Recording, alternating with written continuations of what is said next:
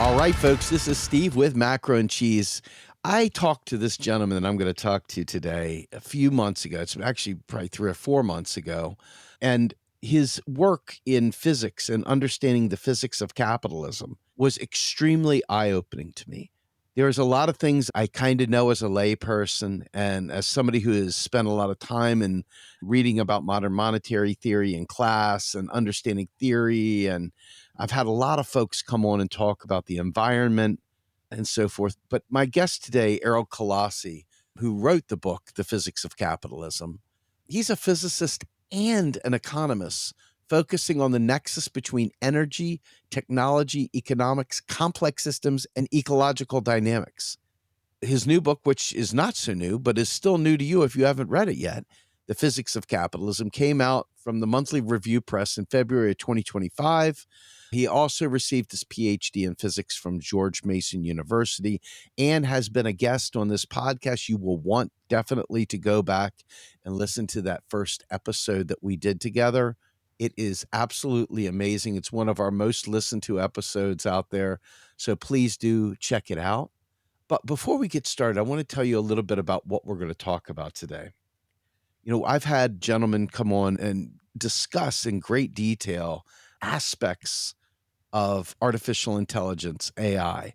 We've talked about the morality of it. Does AI deserve its own rights and responsibilities as sentient beings? Will these AI devices take on human traits? And we've discussed a whole host of things as far as it goes with militarization of AI and in the classroom even. Okay. But today, we're going to talk about energy. We're going to talk about the interrelatedness and interconnectedness of all things. We're going to talk about the displacement and the destruction of the biosphere. And we're going to talk about the real resource, folks, the real resources that modern monetary theory bases all of its tokens on is the availability and mobilization of real resources. And that is going to come into play big time in our conversation today. So without further ado, let me bring on my guest, Erald Kolasi. Welcome to the show, sir. Hey, Steve. Thank you for having me back on. Very excited. Absolutely. This subject, it is near and dear, I think, to many people's hearts for different reasons. Like, I think everybody comes to concerns with AI from an employment perspective to how this is going to be used to oversee them at work, or even watching what's happened in Gaza with the militarization of it, which we've talked about in several episodes in the past. But I don't think we've talked at length, at least in a detailed fashion, on what it does to the biosphere. And quite frankly, we did discuss some of this in our previous conversation, but we didn't go into the depth we're going to go into today. So, what I'd like to ask you to do is kind of set the stage and explain what the AI world is and what it is doing. And then we can get into how it is funded and what the impacts of that are on employment, the biosphere, and our lives in general. Yeah, absolutely. Thank you. So, when you talk about what AI is, I don't think you're going to find two people on planet Earth who will agree on the meaning of artificial intelligence, right? I just recently talked to somebody who doesn't even like the term artificial intelligence. And there's people like Noam Chomsky and other intellectuals who will tell you these generative AI systems like ChatGPT and Copilot and Gemini, they're just pattern recognition systems, right? They're not intellectualizing, they're not actually thinking, they're not doing anything. They've just been taught to capture patterns and that's all they're doing. So that's a whole other sort of complicated mess. But what I mean with AI in the context of this discussion that you and I are having, if we could just focus it, is I'm talking about these systems that are based on deep learning and neural networks. So that's some of the things that I just mentioned, Grok, ChatGPT, and Llama, things like that, right? So these large language models and other similar kinds of models, image generators, things like that. So predominantly generative AI and some of the things that are ultimately going to be based on generative AI, like agentic AI, right? These autonomous AI systems that are supposed to accompany you in your daily life as you do tasks at work or just normally in your personal life. So that's what I'm talking about when we're talking about the rise of AI in the context of this discussion, and what are the implications going to be for our energy use and resource consumption, and what are the constraints on that, and what's going to be the impact that the rise of these systems is going to have on society, right? And like you sort of mentioned, there are many complex dimensions to this issue. So with AI, you could talk about the economics of it, the impact on jobs and job displacement, and the impact on the stock market. You could talk about its impact on education. You can talk about its impact on our health and psychology. And all of those are fundamentally important issues, and I think will probably overlap with the discussion that we have today. But what underlies all of those issues is the energy and biophysical resources that are necessary to make this world happen in the first place. So, at the root of all that are these things called data centers. And these are these gigantic specialized facilities that have these enormous rows of server racks, which is just basically rows and rows of computer systems. If you step inside one, especially the hyperscale data centers, the larger ones, although there are many other kinds of data centers, there's even on-site ones. This is what companies used to do back in the day. They used to have on-site small data centers where they basically packed all of their servers and computers. Now, of course, they've moved more and more to the cloud, quote unquote. And the cloud isn't some magical world up there in the sky. It's right down here. It's these massive data centers where they're putting all these computing resources. Mhm. And whenever you use ChatGPT, whenever you use these AI systems, your queries, your search results, and all of that, they're going to these data centers.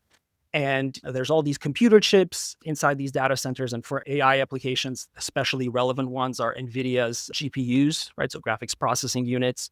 So there's all these computer chips. They do a bunch of calculations to figure out the next word that you're going to get in your reply, right? And so when you tell ChatGPT, give me an essay on 19th century Russia or something like that. That's what's happening. The request is being sent to these data centers, and all of these computer chips are doing their matrix multiplications at rapid speeds. And then eventually that answer is sent back to your home, to your router. And that's what you see right on the screen. So that is sort of the underlying biophysical dynamics of what is happening when people interface with these systems. And I think that's important to emphasize because you can be lulled into not a false sense of security, but you can kind of forget about some of the energy and biophysical aspects of this when you're just in front of your computer and you're just typing away and you're asking these systems to do all these magical things for you. It can seem like it comes out of nowhere, but no, in reality, all of this stuff takes enormous energy. So I just want to talk about the growth of data centers over the past few decades. So in the year 2000, Steve, data centers comprised about 0.1% of all the electricity consumption in the United States. Now they're up to 4% in 2023, 2024. So 4,000% increase in their share of national electricity consumption. Wow. Data centers in the United States last year consumed about 200 terawatt hours of energy in their electricity consumption. That's about half of the world's total data center electricity consumption. About half of it is coming in the United States. And if terawatt hours doesn't mean anything to you, let me put it this way. New York City consumes about 50 terawatt hours of electricity every year. So the data centers in the United States are consuming about 4 New York Cities worth of electricity every single year, right? So there's just massive energy guzzling facilities. And another thing I want to emphasize before I turn it over to you is that data centers are not the only aspect of this story, right? So that's often the aspect that is emphasized in the media. Oh my God, data centers need so much electricity. Where are we going to get all this electricity? Oh my God, data centers need to consume so much water, right? Because all of this equipment inside the data centers, it gets really, really hot. Mhm. And so now people are turning to liquid powered cooling and they're using water, basically cold water running through these pipes across the data center to cool down the data center, right? To make sure that the equipment doesn't fry so it can continue operating. That's why a lot of the focus, and I want to talk about some of the consequences associated with all that, with the electricity needs and the water needs and all the problems there. But this story is not just about data centers. And sometimes I don't like it when we just isolate it to data centers and to electricity consumption. Really, the rise of AI and data centers is having a lot of complex upstream effects and downstream effects across all of our energy networks. And so that's one of the things that I hope to get into as well over the course of our discussion. One of the things that concerns me most, specifically about the United States, this decentralized capitalist driven model, is there is really no central planning. There is really no central authority that understands the main problems. There's no real regulatory body that's actually saying, hey, when we do these things, these externalities happen. It seems like a mad dash based on, let's be fair, capital driving more capital to do capital things, which are always about more accumulation, more wealth. And that usually involves layoffs. That usually involves a host of other things that sound great when you're hearing about, hey, my 401k went up because my investment in AI went up. But it doesn't talk about the other interrelated casualties of war, the collateral damage, if you will. I was waiting for you to bring up the water thing, and then you said it. I was like, dang on, because that water thing really is serious. I mean, we're talking about entire regions that are water poor, that don't have water. Yet at the same time, though, we're bleeding away all of our water, literally snatching it up to cool these mega centers down. I mean, Elon Musk himself, I think it's in Missouri, has some massive, I mean, like a city's worth of data centers. He's turned things up using all kinds of different strategies that have really destroyed the biosphere for the local community. Anyway, Yeah. take us through this, man. Like, take it from where I just did it and keep going with it. Absolutely. This is one of the things that concerns me the most, right? Its impact on our water resources, and especially in the dry and arid regions of the United States where a lot of these things are going up. Yeah, you mentioned Elon Musk. So Colossus is in Memphis, in Tennessee, right? And that's the name of this massive, the supercomputer is what they call it. But it's basically a gigantic data center with over, 100,000 hoppers. Those are NVIDIA's GPUs, right? It's over 100,000 computer chips, consumes about 3 to 5 million gallons of water every single day. To give people an idea of how much that is, I mean, it's the equivalent of over 10,000 typical American households every single day. So it's an enormous amount of water consumption because, like I said, it's so important to keep these data centers cooled down. Otherwise, they're just not going to work, right? They're just going to overheat. And so there's enormous water consumption happening, and it's really impacting people's lives. I think there was a Meta data center in Newton County, Georgia. It's a fairly semi-rural, exurban area, right? And it started drawing water from the local underground reserves, the aquifers. And people noticed shortly after this data center was being constructed, but also after it finished last year, they noticed their wells running dry or having weird, funny colors. The water that was coming out, it had like a weird brown color and everything. And so the suspicion is that the construction of this data center in Newton County essentially polluted the water, right? And it's led to people delaying retirement because now they have to spend vast amounts of money, cleaning their water or finding a way to get water, and some of their bathrooms aren't working. It really has a massive effect on these local communities. And the crazy thing is that these data centers, when they plug in for water, they're typically plugging into the public water supply, right? The public water systems. And that's another funny aspect of this story, Steve. You know how I often make fun of capitalists for essentially Uh relying on the state from public resources in order to grow, right? And Elon Musk is obviously example number one of that. Bloodsucker of them all. And now, in fact, Colossus is plugging into TVA, right? The Tennessee Valley Authority. And as you know, that's a federal company, right? It's a government company established during the Great Depression. So now they're getting their electricity from a government company, and these data centers are plugging into public water systems. But a lot of what they're doing, too, in many places where these water systems don't exist, is they're also tapping into these underground water reserves, right?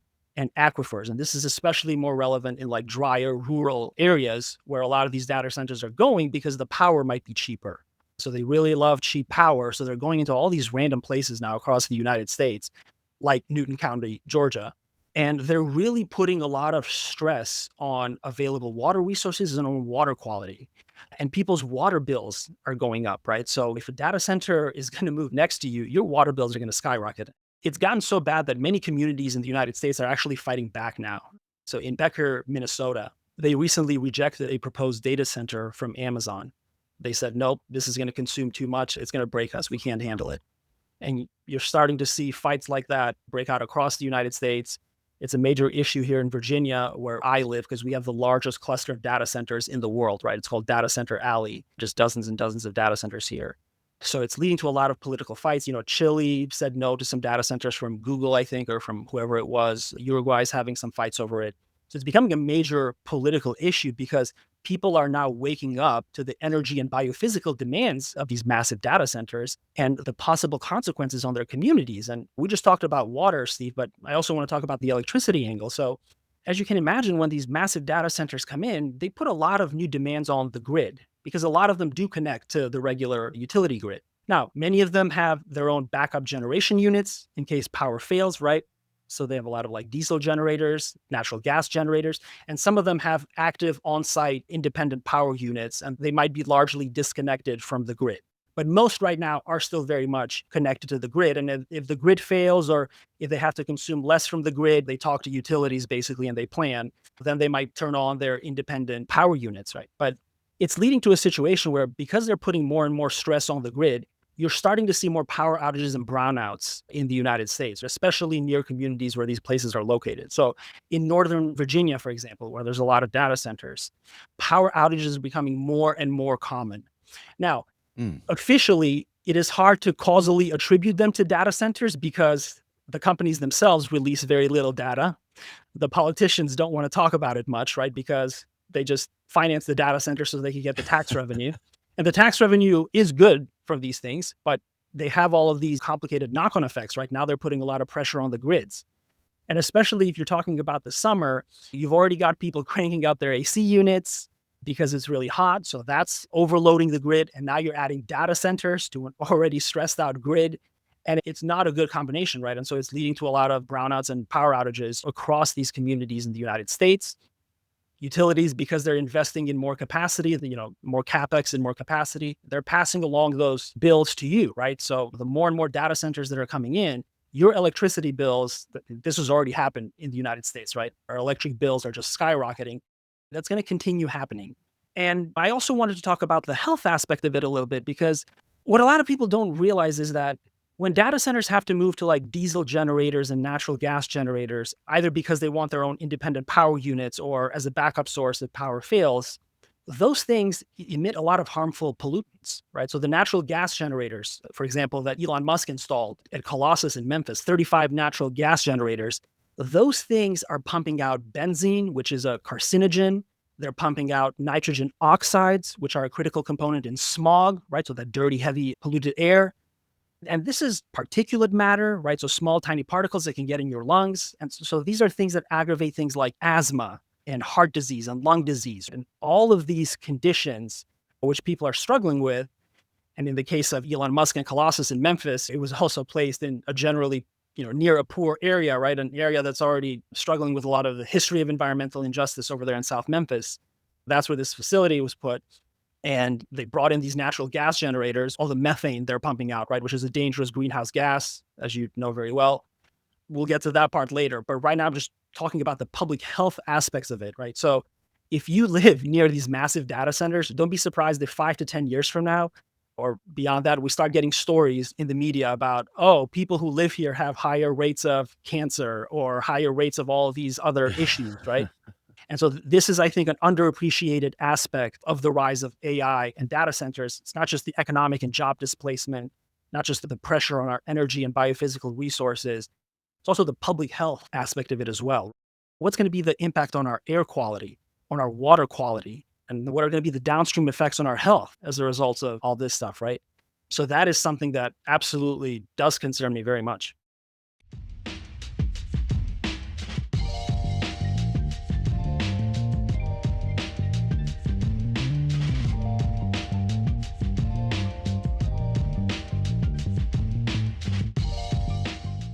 I think to myself, in a planned economy, in an economy where you have a functioning democracy, we don't, in a place where you can actually make decisions that are in the interests of the entire populace versus in, the benefit of a few billionaires or oligarchs, one might consider strategic placement of data centers and maybe even thinking about desalination plants, right? Like taking salt water from the ocean and using that to generate energy as well as water to handle these things. Again, I'm just thinking out loud as you're talking. There's got to be a way of handling these things other than just allowing laissez-faire capitalism to make the rules for us. It doesn't feel like anybody is steering the ship here. It feels like capital is, literally only the one dominating. The decider of all things is oligarchic capital. Am I missing something? Because I certainly don't see any meaningful democracy whatsoever saying, hey, this is killing us. We'd like to see this done differently. Like, I'm already convinced there's not, but that's almost at this point conjecture because I don't have that data in front of me, but my eyes, do not believe my lying eyes kind of thing, right? Why are we not regulating these things in such a way where these negative externalities are either dealt with or we shut it down and we say, no, that can't happen. We can't do that. You're going to kill people. Yeah, great question. At the highest levels of our federal government, AI has now received the green light for these elite Silicon Valley investors and executives to basically throw all the money in the world they want to growing wherever they want. So at the highest level of government, there isn't a lot of, I don't know what you want to call it, democratic pushback, quote unquote. Where that resistance is happening to these growing AI empires and all the consequences that they're going to have, it's mostly happening at the local level, and some people are trying to do it at the state level. They're trying to pass laws and regulations to try to kind of rein these people in, right? Because right now, yeah, it's absolutely crazy. There aren't a lot of constraints. There's just Mark Zuckerberg decides, I want a massive new mega cluster in Louisiana with 3 natural gas power plants that are going to consume 2 gigawatts of power on average. And that happens, that's like, sure, it'll bring in jobs, right? But there isn't any kind of overall strategic direction or planning from the federal government besides just saying, do whatever you want and grow as fast as you want. And the way the Silicon Valley elites, the way the capitalists are selling this, at least to the federal government, is we need to make sure that we stay ahead of China because China is also throwing now massive multi-billion-dollar investments into AI, right? So they're also building out their data centers and training their models and doing cloud computing and all that. So the argument for almost anything for the ruling classes nowadays is, well, if we don't do it, China will, and we can't fall behind the Chinese. So therefore, we need to remove all possible constraints and you need to let us just do whatever we want. That's been a very powerful argument that resonates in Washington, D.C., where there's a fear of everything Chinese, right? And so far, the Silicon Valley capitalists have been able to steer this ship kind of wherever they want to go. But again, because there hasn't been that effective pushback from the federal government, they're going into these local communities, finding desperate communities that need tax dollars and saying, listen, if I bring my data center here, your revenues in your budget, they're going to go up like 40%, 50%. Yep. And if you're a poor, struggling community in a lot of these counties, that may sound really good at first, right? Or even if you're not a poor, struggling county, because some of the counties where this stuff is going up are not poor and struggling, right? Yeah. But for a lot of these counties, that sounds really good, right? Wow, I'm going to get so much tax revenues. And of course, what you're not thinking about are the major consequences and implications of your actions down the road because you're so desperate for that money right now. Yes. In effect, a lot of these places and local politicians, they're being bought by Silicon Valley. And sure, there is some local pushback. I gave some examples, places like Becker, Minnesota, and others that are fighting back.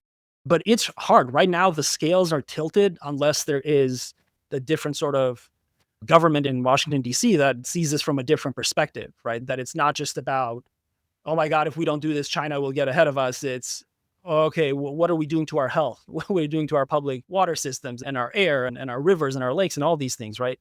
So yeah, it's quite a sad situation.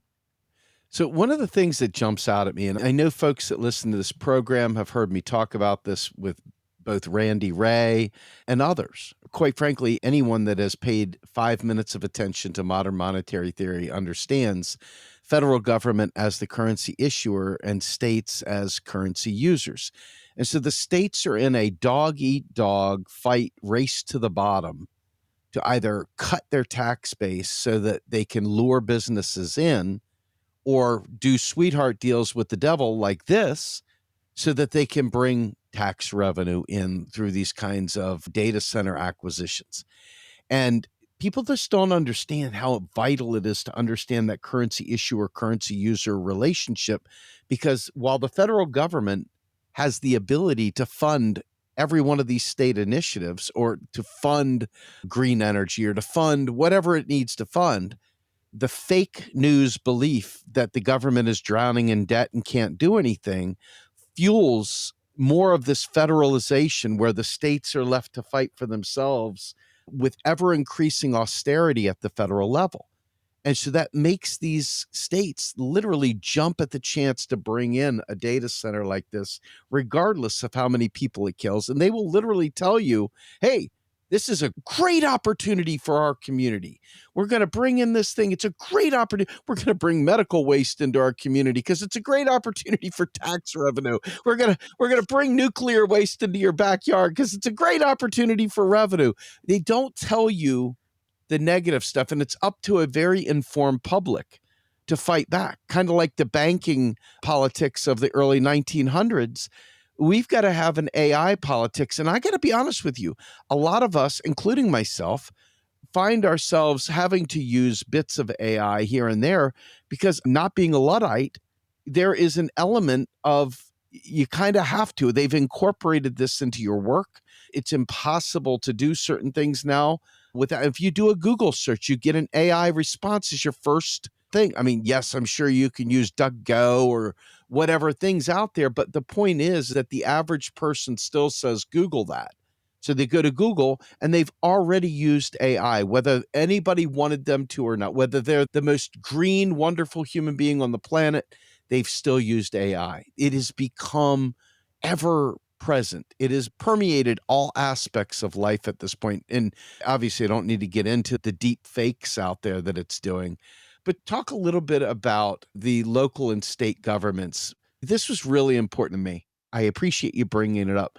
I don't think enough people understand the division point between what drives the federal government, which is not revenue constrained, and state governments that are absolutely in a fight for their existence. And so you've got this horrible relationship where you know you're killing people, you know you're doing bad things, and yet at the same time, without those revenues, the state funds dry up, schools stop having money. You try to raise taxes on people, and the rich people move to a low tax area. I mean, it's just a lose lose race to the bottom. Can you talk a little bit about the impacts that these AI investments are having in terms of state budgets or state funding? Yeah, absolutely. And I agree with everything you just said. It points to obviously fundamental issues with the political economy of the United States, especially when people view the federal government as somehow fiscally constrained. And they don't realize, of course, that the government is the currency issuer and has enormous powers to monetize debt and to expand the money supply and to essentially create the money that it needs for any initiative, right? The only real fundamental constraints are biophysical resource constraints at the real world level. But unfortunately, yes, our ruling class thinks that money is a constraint, that there's a fixed supply of it, that it's kind of like gold or oil or uranium. And obviously, that's not what money is, right? Money is fundamentally a social relation and it can be negotiated over, bargained, created, destroyed. So, money is very different from the physical things that we're used to in our regular world. And it leads to this situation that you described precisely, which is a lot of these state and local governments, they're very cash strapped, they're very desperate. Where are they going to go? Well, they have Silicon Valley doing hundreds of billions of dollars in capex and trillions in dollars over the next few years. That's going to go up to. And they're going to get a lot of ka-ching. That's what they see, right? They see the money sign in these next few years. And a lot of them are persuaded that, hey, we got to do this. Otherwise, where's the money going to come from for the police officers and for the schools? Yeah, you're right. They absolutely feel so desperate. And because they're in this situation, it's kind of easier to divide and conquer for the capitalists in Silicon Valley. It's much harder to take on the federal government or a federal government that's skeptical of your investment decisions and the strategic direction you want to take the economy than it is to divide and conquer at the local level, right? Where you can pay off politicians or promise people nice tax revenues for schools and things like that. So they're absolutely exploiting this wider weakness in American federalism. I mean, that's ultimately, I think, what this is pointing to is that the state and local governments can very easily be exploited and manipulated by capital. Even when they're established, where capitalists are established somewhere, they can threaten a capital strike. So they can threaten to take away their business and the jobs, right? Unless you do this thing for me, unless you give me eminent domain rights so I can bulldoze these businesses and homes and expand my data center or expand my factory or, whoever wants to expand whatever, capitalists often threaten that, right? And it's known as a capital strike.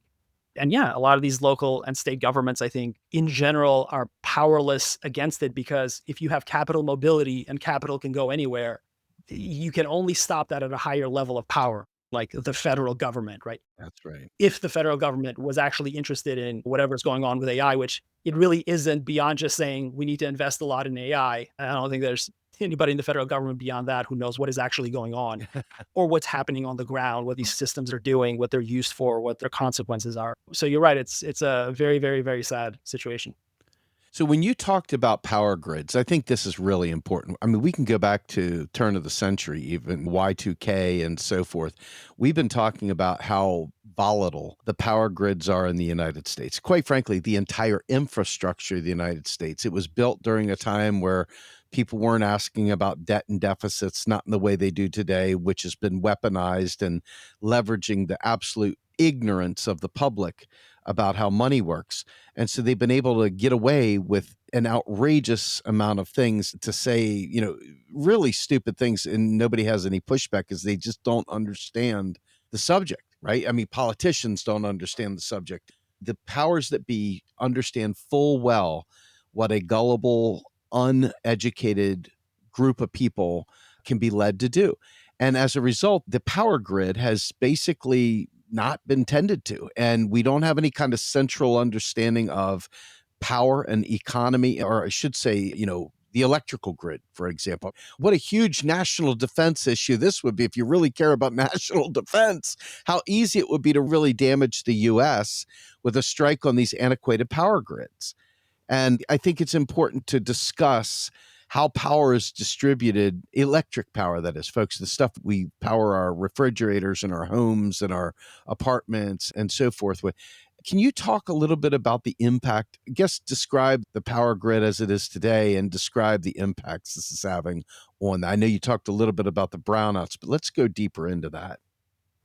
Yeah, absolutely. And so the US power grid is humongous, but relatively disconnected. There's a bunch of different regions that have their own like transmission lines. And Texas, as you might know, has its own like independent power distribution system. It's not really connected to other states because it doesn't really want to be, it doesn't want to quote unquote suffer from federal regulations as it sees the situation. So the way it basically works is we have power plants, whether those are fossil fuel power plants like coal plants or natural gas plants, or more renewable sources like nuclear power plants, or obviously wind farms and solar farms. They generate the electricity. So they generate the electricity. Then we have transmission lines that carry it across the United States. And then there's all these substations with transformers, and transformers take the high voltage that originally comes out of the power plants and then they essentially reduce it so it's safe for you to use at home. So the voltage that you're actually getting at home, it's way, way lower than what's actually produced at a power plant because otherwise it would be unusable, right? It would just destroy your house. So it has to be brought down and controlled. And that's what all these like substations and transformers do. You mentioned how old the grid is and all the problems that it has. The average transformer in the United States is 38 years old, right? It's 30 years. A lot of these things haven't been replaced or tended to in ages. And it speaks to broader issues, of course, with American infrastructure, not just with our power grids. But yes, this is one area where it's absolutely relevant is we haven't had the necessary investments as we've needed in our power grids. What you had over the past couple of decades is total electricity production in the United States flatlined or stabilized because just the extra demand wasn't there. So there just wasn't a lot of new demand. And power companies thought, well, we don't need to produce a lot more. And so they didn't. And now, of course, we've had this huge mad scramble towards AI and data centers. And now suddenly there is a lot more demand, but the production capacity isn't really there. And so there are a lot of utilities that are scrambling to catch up. But as you know, it can take years and years to build a power plant, right? It's not something that you just turn on tomorrow. And because you can't just turn to it tomorrow, what a lot of these hyperscalers, Google, Amazon, Microsoft, what a lot of these big data center companies are doing is they're turning to their own sort of small independent power generation units that operate on site. So I mentioned some of them like diesel generators for backup power, natural gas generators. Some people are interested in small modular nuclear reactors, although right now those haven't really been commercialized at scale yet.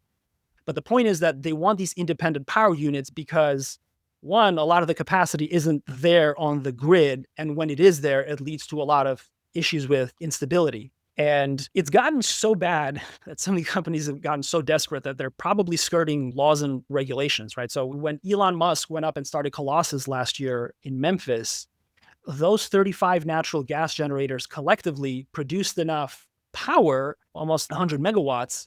They produced enough power that they were large enough to be covered under the Clean Air Act, which means they need permits. So they need official permits and a bunch of other checks. And Elon Musk's company, XAI, basically ignored those permits, didn't get them. They argued that, well, these systems are kind of like independent, autonomous, they're portable. They're not really a power plant, like a large power plant that should be covered under the Clean Air Act. And so they just got these systems installed on site without any permits, any environmental reviews. Again, likely skirting a lot of laws and regulations. So it's not the only place where it's happening. But the point of that story is that they're getting so desperate to produce energy and electricity because they can't get a lot of it from the regular utilities that they're bypassing a lot of laws and regulations in order to make it happen. because they're so desperate to scale up these data centers. The bigger the data centers, obviously, the more GPUs and computer chips you can put in there, the bigger the models you can train, the more inferencing you can do, right? The more things you can answer from users and stuff like that. So everything is bigger, and it's gotten to this point where just laws and regulations are being ignored. Obviously, a lot of people's lives are going to be harmed along the way, and it's just absolutely crazy.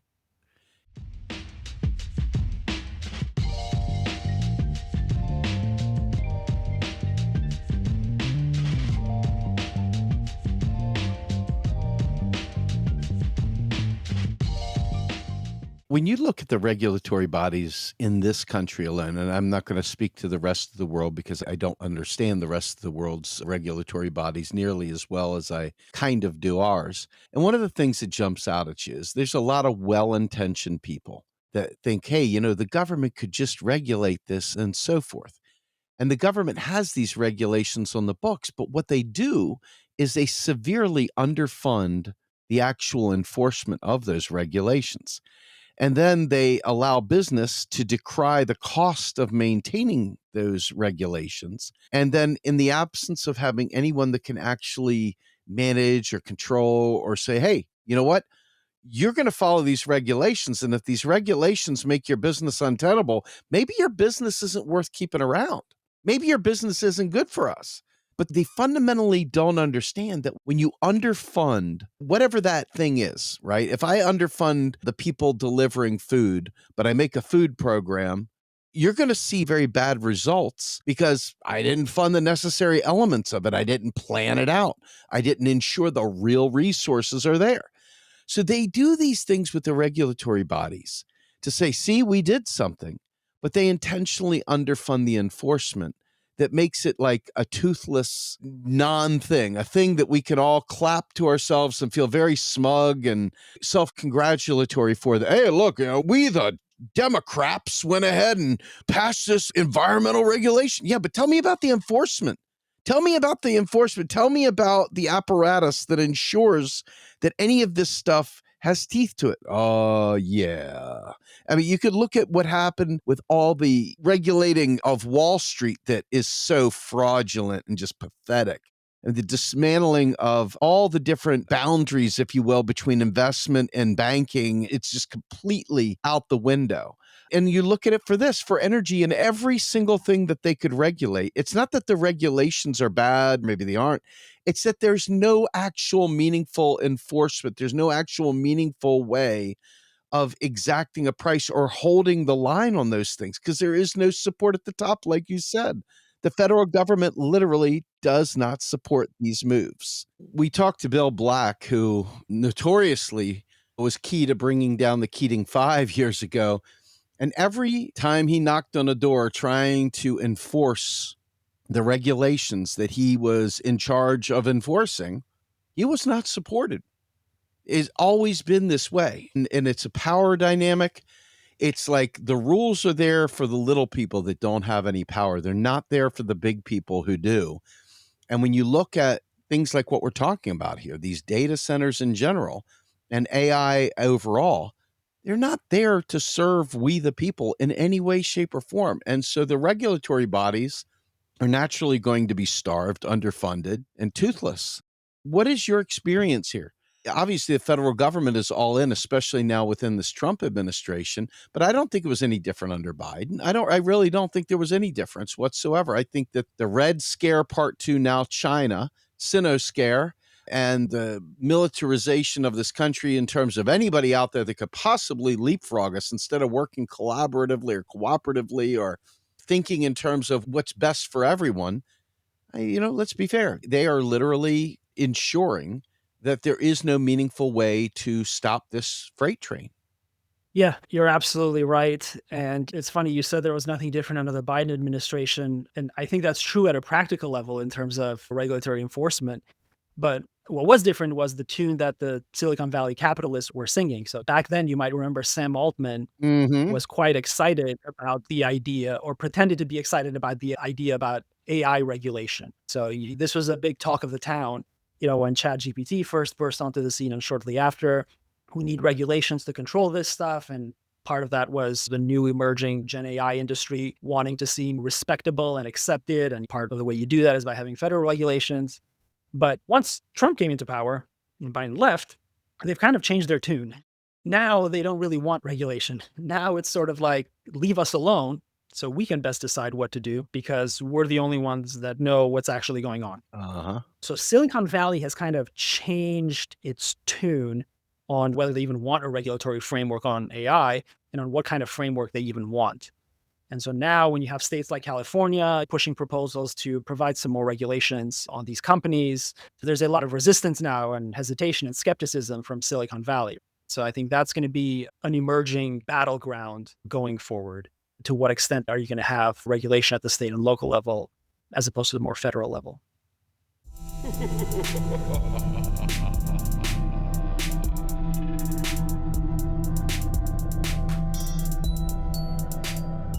We have talked at some great length about the climate crisis that we're experiencing and so forth. And there's nothing, by the way, going on to change that. Like all systems are go in terms of climate destruction. What exactly do you think will happen at the state level? I mean, they don't have the resources really, or maybe they do, and I just don't understand. But what can a state do to really stop this? You know, unfortunately, not much, right? Because even if some states stop it, as local communities have stopped it, other states are going to go in there with open arms and say, hey, this brings construction jobs, this brings, tax revenue, so come on in. And that's what's happening right now. But I'm glad you mentioned climate change and global warming because I did want to talk a little bit about the global aspects of this as well. And I think some of the things that people are fundamentally misunderstanding when they talk about the rise of AI and when they talk about the rise of data centers. So right now, what a lot of people will tell you, like the International Energy Agency or people from Our World in Data, like Heather Ritchie and all that, they'll tell you, data centers and crypto mining together, they're only responsible for like 2% of global electricity consumption. And even in the next 5 years, the projection from some of these organizations and corporations are calling for it to double, right? So you might go to like 3 or 4% of global energy consumption by the year 2030. And a lot of people are kind of dismissing those numbers as sort of, well, sure, they're growing fast, but in the grand scheme of things, they're kind of irrelevant. And I think a couple of major things people miss in this conversation. One is that electricity consumption is not the same thing as energy demand, right? Because electricity is not the only kind of energy that's impacted in what we're talking about. So there's also construction and transportation and burning fossil fuels that are associated with the rise of data centers. And there's a lot of complex upstream factors that are involved in making data centers happen in the first place. So let's just go through some of them. So one, obviously, you have to build a data center. Well, who's doing that? Well, construction companies are. And what are they using? Well, they're using bulldozers and excavators and cranes and things like that, tandem rollers. Most of those things are powered by diesel engines. And so they're emitting greenhouse gases and other harmful pollutants as they're building these things. Again, ties both to the global warming angle and the public health angle, right? So just the mere construction of these massive data centers produces a lot of pollution. That's one issue. You produce a lot of these pollution from these data centers, but another problem is that then you have to put specialized equipment in these data centers. So you got to put the servers, the server racks and the network switches and the computer chips and take NVIDIA's GPUs, right? Where are they produced, Steve? They don't just magically show up at the data center. Nope. Most of them are produced by TSMC in Taiwan, right? Mm. So they're produced all the way in Taiwan by TSMC as these massive production facilities, foundries over there. And obviously, that's using a lot of electricity in Taiwan. But then they have to be shipped and transported and other things. Now, all of that's using energy. And think about what it takes TSMC to make a lot of these advanced computer chips. It takes a lot of highly specialized devices and equipment, like extreme ultraviolet lithography machines, which are used for those etching patterns on the silicon wafers. So you need a lot of these specialized machines in order to build, very advanced chips that have a lot of transistors. They're very, very, very tiny transistors. And where does TSMC get a lot of those specialized devices? Well, it doesn't produce them himself. It gets them from other companies around the world. So he gets a lot of them from the ASML in the Netherlands. That's what produces the world's most advanced UV lithography machines. And this is fascinating. This is from ASML's own website. It takes ASML to transport one EUV lithography machine to TSMC in Taiwan takes ASML 40 freight tankers, 3 cargo planes, and 20 trucks on average. Wow. And that's because these lithography machines are, these huge devices, and they have to be disassembled into various components, right? And so all of these things, the cargo planes, the merchant shipping, the trucks, they're basically shipping different components of this thing to TSMC, and then it's reconstructed on site, right? And then TSMC uses it to make GPUs and other advanced chips. So obviously, you can imagine there's a lot of, again, greenhouse gases and pollutants associated with all of that transportation. And ASML itself has over 5,000 different suppliers around the world. So it needs all of these like sensors and lasers and other specialized equipment to produce its own machines, right?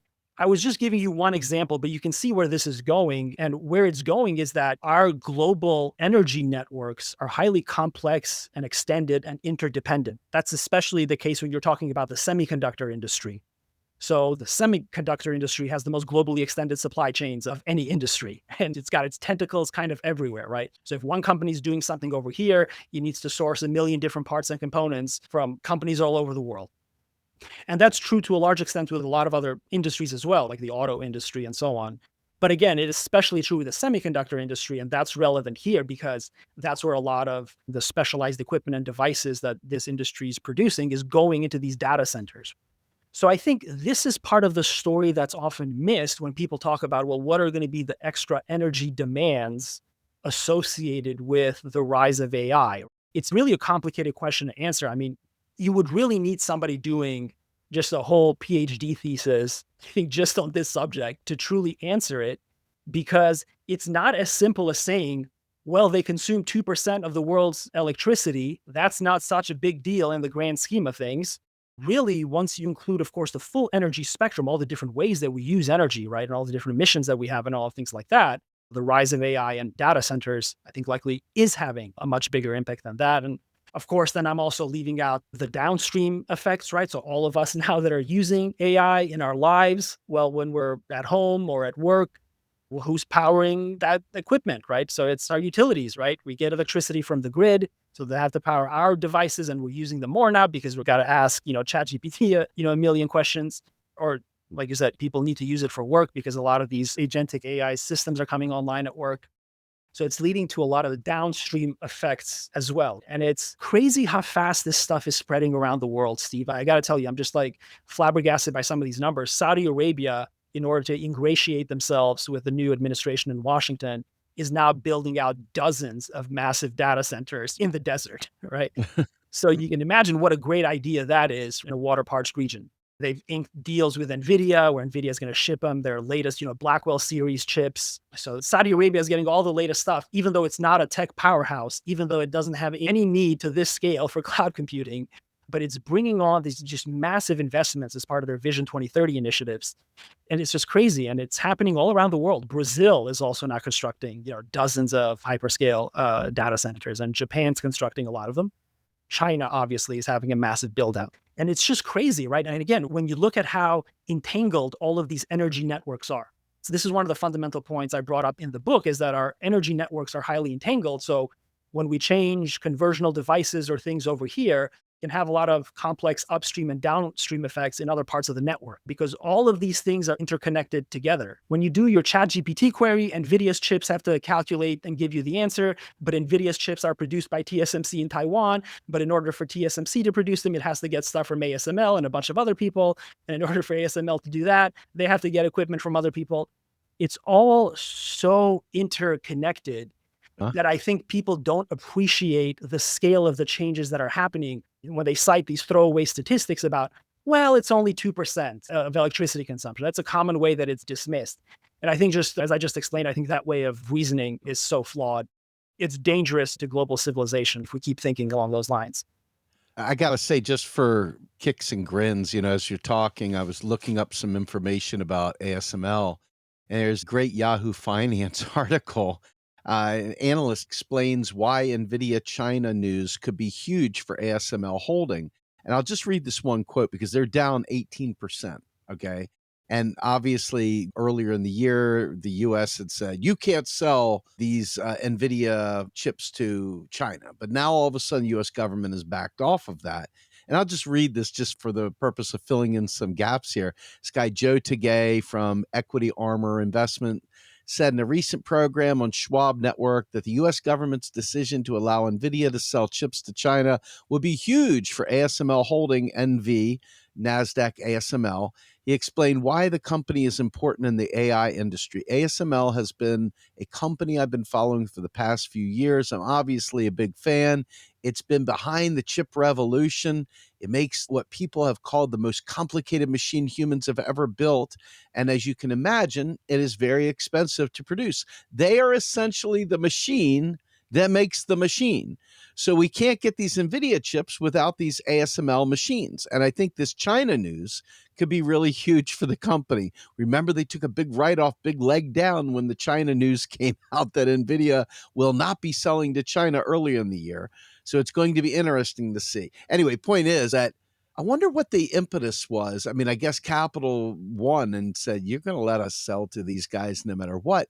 But obviously, that's a big deal. It's a huge deal. Yeah, and the impetus was that Jensen Huang talked to Trump and convinced him to let him sell some low-end chips to China under the argument that, well, they're so less advanced than the latest stuff that we're building that it's not really a national security threat if we give this stuff to China, right? It was like the H20 chips. Those are much older variants. This is not like the Blackwell architecture, which is NVIDIA's latest AI architecture, right? Packs 200 billion transistors in a single chip. It's the world's fastest computer chip. So that's not what China is getting. That stuff is still under export controls. China is getting some of NVIDIA's earlier AI chips, which are still powerful, but still kind of, I think, not as concerning to the US security establishment. I will say, though, China itself now is building their own AI chips, right? So Huawei is doing this. They've already gotten some chips out. So China's having a massive AI build out too. And because of all the export controls that the United States targeted China with over all these years, China has put enormous investments into developing its own domestic semiconductor industry. And that has paid off enormously. So the Chinese are now producing huge quantities of high quality chips and across sort of the market spectrum, right? Whether it's car chips or AI chips or chips for the computer chips, smartphone chips. So the semiconductor industry there in China is becoming highly independent and highly diversified. And that was in large part a response to the sanctions, to the export controls launched by the United States as a way of choking off China's technological development. So that was Washington's sort of original goal. But now I think there's a lot of politics happening here too with the trade deals and the negotiations that are happening with China. This was probably kind of like a bone to the Chinese as well. Like, hey, yeah, you can have some of these chips. But yeah, I think, yeah, the original impetus was Jensen Huang talking to Trump.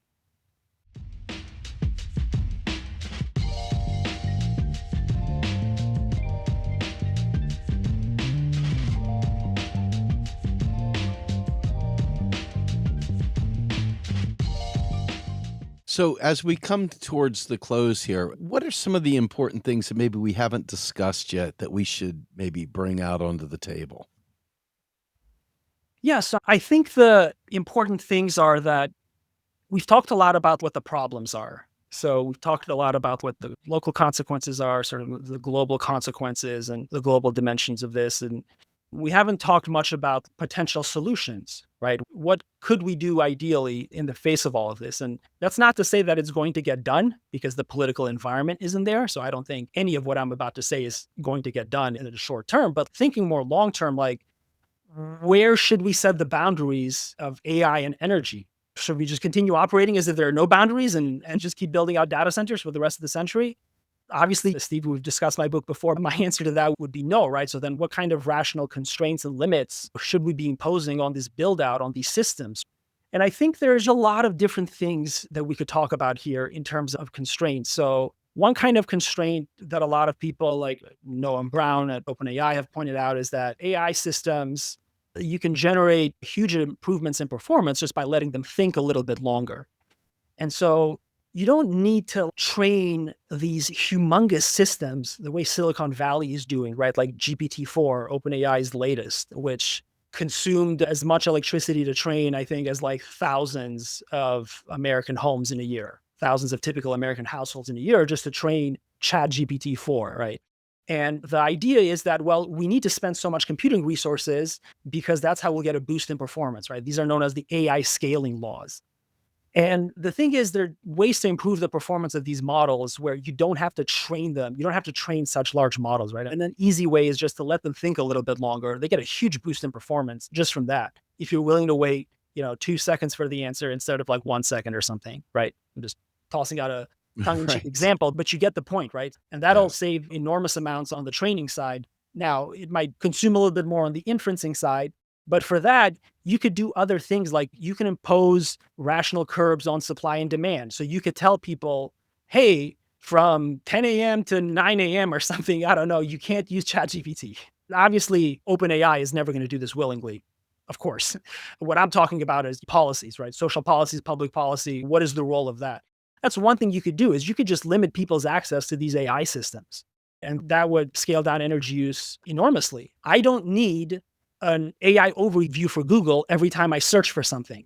That's what Google gives me now. And Google's doing that because it doesn't want to be left behind. It doesn't want everybody going to ChatGPT or to some other system that's giving them an AI response.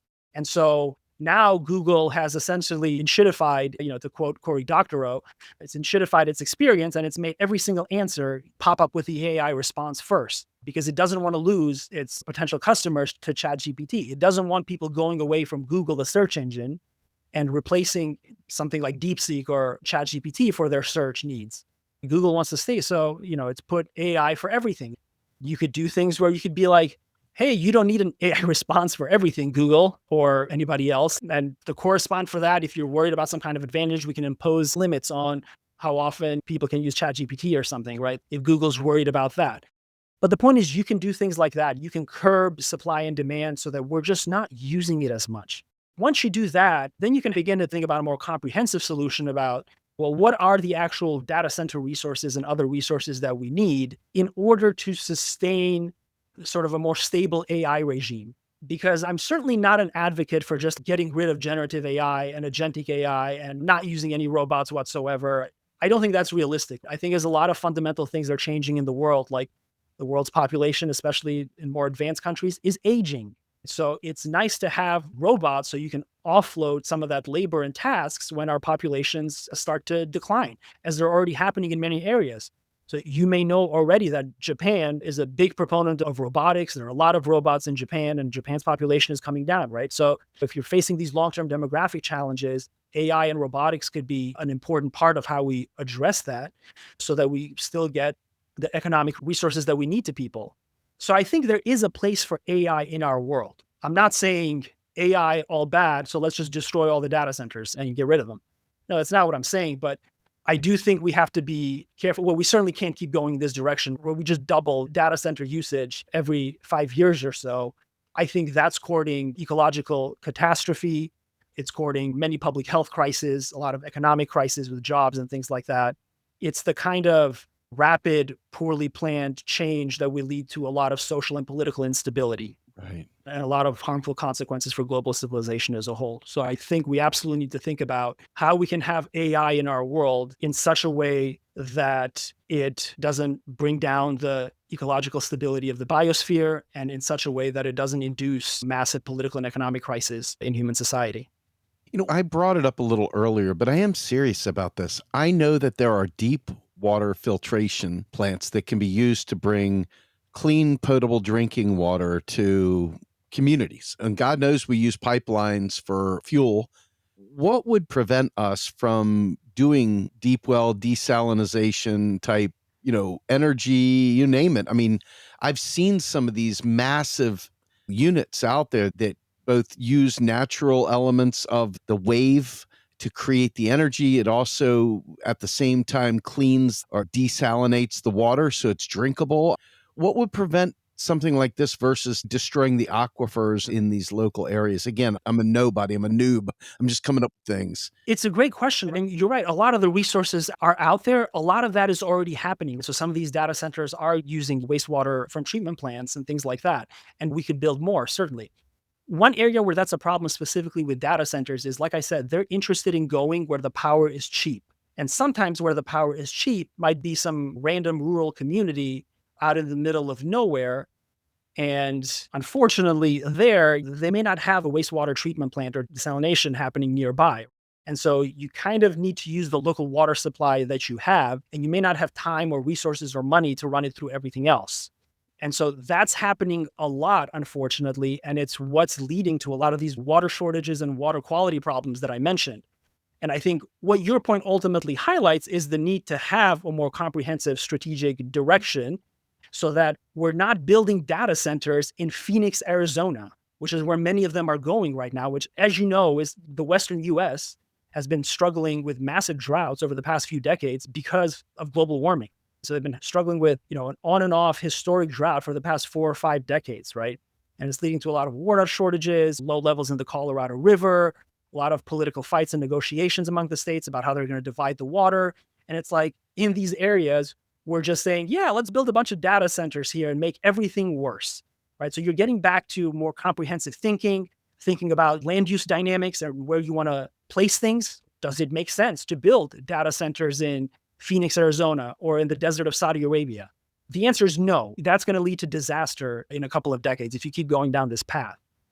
And so that's where you go and you say, what are the resources available right now, right? Where are the water treatment plants? Where are the things that we need? Or where can we build them? Well, let's build data centers just over here. Or let's rein in the number that we're building because we want to put these wider constraints on AI, on the prevalence and diffusion of AI in our world, right? So all of these questions sort of have to be tackled collectively and comprehensively, Steve. You can't just look at desalination plants and sort of say, well, if we just build a lot more of those, I think we'll be good with the water. No, Right. the problem right now is you have to think about land use planning because right now, since there is no coherent direction from the federal government, these things are getting built everywhere. Basically, there's no wider thinking about whether they should be built there. What are the existing resources there to support them? And in many cases, as I've just explained, there are very few existing resources there to support these things. Right. So then they're cutting laws and skirting regulations, all the things that we talked about, right? So it's such a complex, multidimensional challenge. If I can recap this, we've talked about regulation, we've talked about energy consumption, we've talked about water use, we've talked about displaced workers, we've talked about the role of federal and state in terms of understanding currency issue or currency user dynamics and the race to the bottom of the ever present desire for bringing the jobs and the taxes and all the other stuff that goes into a fundamental lack of understanding of the public to how money works. I mean, they are cheering on Doge, which is slashing and burning the infrastructure that could, in fact, regulate these things. It's just an unfortunate truth, but that's kind of the essence of this. And we talked about the antiquated power grid, and we've talked about integrated solutions versus capital, which is large and in charge. With all that said, we even looked at the global elements here, including the manufacturing of these chips and all the rest of the elements that go into the AI ecosphere. Tell me your final thoughts on what you would like our listeners to take from this podcast and to maybe consider as they go forward. I think what I want to tell your listeners is that you're not powerless. There's a lot of local communities that are fighting back and fighting back successfully against the expansion of these data center systems. They're saying, no, you will not build here unless you do XYZ. So, what I would say, especially at this moment where I think a lot of people might be distracted with the situation at the federal level, because there's always a lot of news coming out from the federal government, and let's just say most of it not great. So that I think there's a lot of people who are distracted at that level, but make sure that you also pay attention to what's happening in your local communities, right? Because before you know it, a data center could come nearby. And if you're not aware of how big it's going to be, how much power is it going to use, how is it going to relate to the water supply, these are all things that could profoundly affect your life, right? And so I would say educate yourself, organize. Like I said, there have been a lot of successful efforts from different cities and counties to resist either the arrival of these data centers or their further expansion, even in places like Northern Virginia, where there are a lot of them already. There's some efforts to sort of try and constrain how they're built in the future. So I think it's a great opportunity to apply some political pressure at the local level, get organized at the local level, and understand that this AI could be coming for a community near you, not just in front of your screen, but literally physically right outside your home or near your home, right? It doesn't have to be obviously right next to your home. It could just be in your general community and it'll affect your life just the same. So, yeah, definitely get educated, organize, agitate at the local political level because you do have some power to push back against this. Very good. All right. Errol, thank you once again, man. I love having you on, and I hope we can have you back on a million more times in the future. With that, tell everybody where we can find more of your work. Obviously, we pumped your book. I'd love to keep pumping your book. It's a great book, but where can we find more of your work? Absolutely appreciate it. Yep. Substack is generally where I write. So I have a ton of great content out on Substack. I have no plans to monetize any part of my Substack. So people can go in there and read all the posts I've ever written, all my notes, all of that is free. That's generally where I'm most active.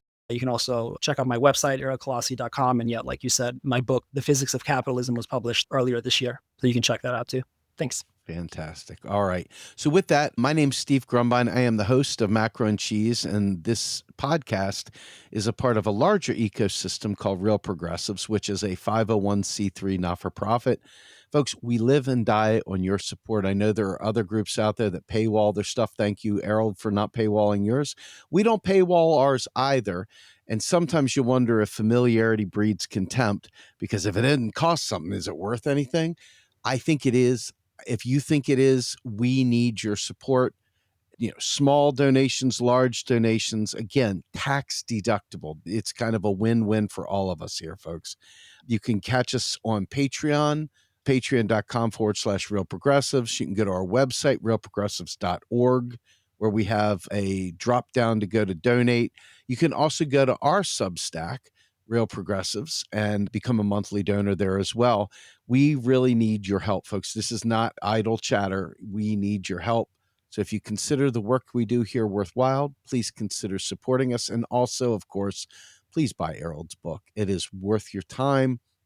And with that, without further ado, we bid you adieu on behalf of my guest, Erald Kolasi, and myself, Steve Grumbine, on behalf of the podcast, Macro and Cheese, for the organization Real Progressives. We are out of here.